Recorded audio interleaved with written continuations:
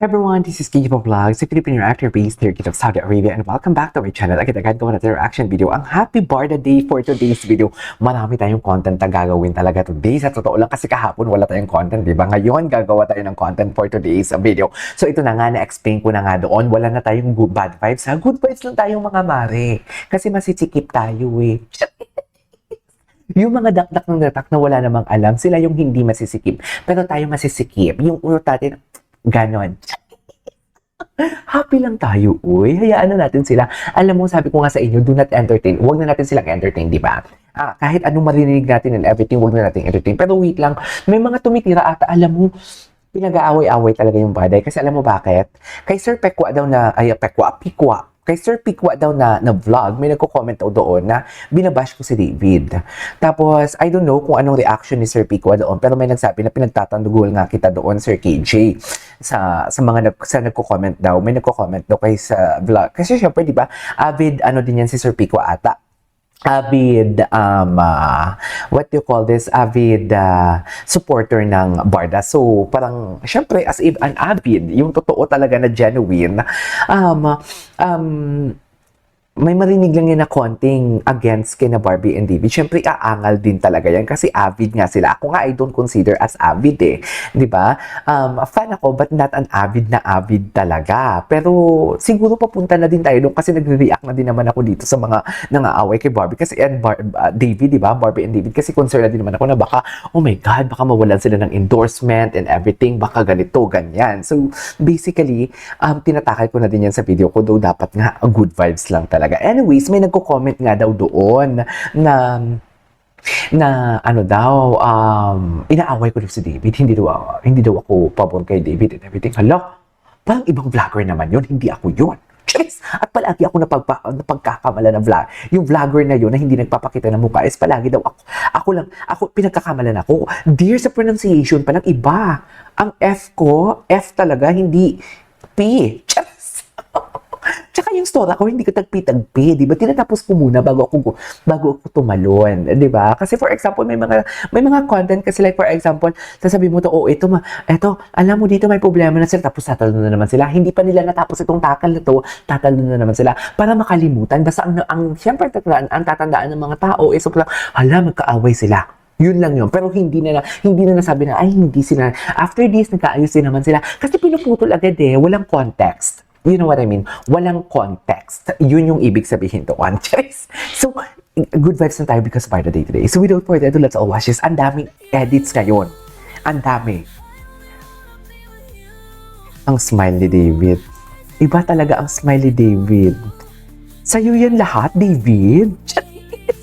Sa'yo yan lahat? Diba? Tsaka wait lang, kung may girlfriend talaga si David as what they claim, bakit nagkita si Barbie and David? Tapos kiniklaim nga nila pinaghiwalay daw ng management, diba? Pero ang alam ko, hindi naman sa pinaghiwalay, pero alam ko, iniiwasan talaga nila. Iniiwasan talaga magkita. Pero may inaayos silang proyekto for today's video. But I doubt na may project, yung pagkikita nila, may project yung pinag-usapan nila lately. Kasi kasama si Dustin eh. Kasama si Dustin, mami. Alam mo ba yon? Kung project yun, hindi yun sila sa restaurant magkikita. Hindi yan sila mag-wine date for today's video kung project ang pinag-usapan. Siguro kasama na din naman yun. Pero, di ba, kung proper na project ang pag-uusapan, dapat sa mga studio sila mag-uusap. Sa office ng GMA, sa conference room and everything. Hindi sa wine and everything. Tsaka okay, given na hindi project ang kanilang pinag-usapan, nagkita lang sila. Pero bakit? Akala ko ba may girlfriend? Siyempre, kung may girlfriend yun, magsiselos yun, di ba? Kaya nga maraming nagchichika na hindi daw nag-e-effort si David for today's video kasi may girlfriend. So, bakit sila nagkita? Alam mo yan, dapat yung tinatakin din, hindi yung para kayong mga kokak or mga, actually parang frog talaga sila, no? Kokak sila ng kokak, talon sila ng talon na hindi man lang tinatapos yung mga topic nila. Sa totoo lang. Anyways, ano to? Ang daming compilation. Nagselos dun si David kay Ken. Nagselos dun si David kay Ken, actually. Ang daming compilation, Mia. Ay, Barda, nakaka-inlove yung pagtitig. Actually, I couldn't agree more. The titig is very giving talaga. Sa totoo lang. Wait lang.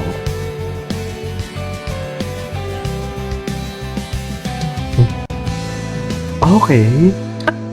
Tapos ang usapan. Tapos ang usapan. Eh, grabe si David. Like, dear, can you imagine that? Di ba dapat kung may guesting kayo sa mga ano kayo titingin, sa mga bisita? O sa mga fans? Ang pangarap ko, Chares.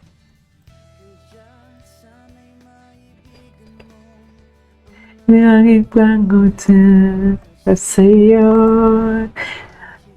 Simple lang ang pangarap ko.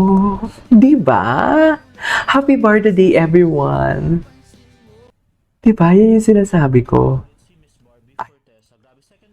Okay. Charis. Serendipity for today's video. Ay, bakit naman tinulak pababa, David? Charis. Parang iba naman yung atake mo nun, David. Charis. Bakit naman basto si KJ? And then it's forever. Aww. That kind of love. Nakakamiss din yung that kind of love. Ayan, ay, tapos na yan. Ay, ito. Turn off sa first date. Late. Simta po. Late. True. Noko. Gets na gets. Gets kita. Gets kita. Gets na gets si David agad eh, no? Okay, what's next? Gabi yung titig. Ay, ano to? Matagal na to.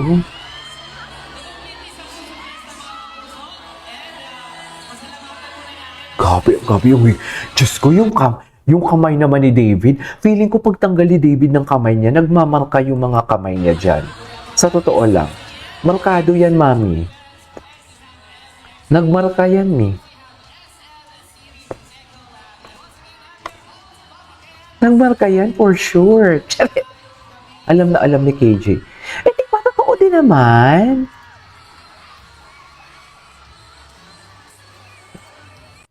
Okay, what's next?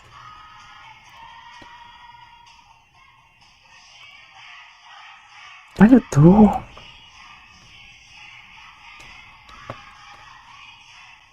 Si Barbie. Atake.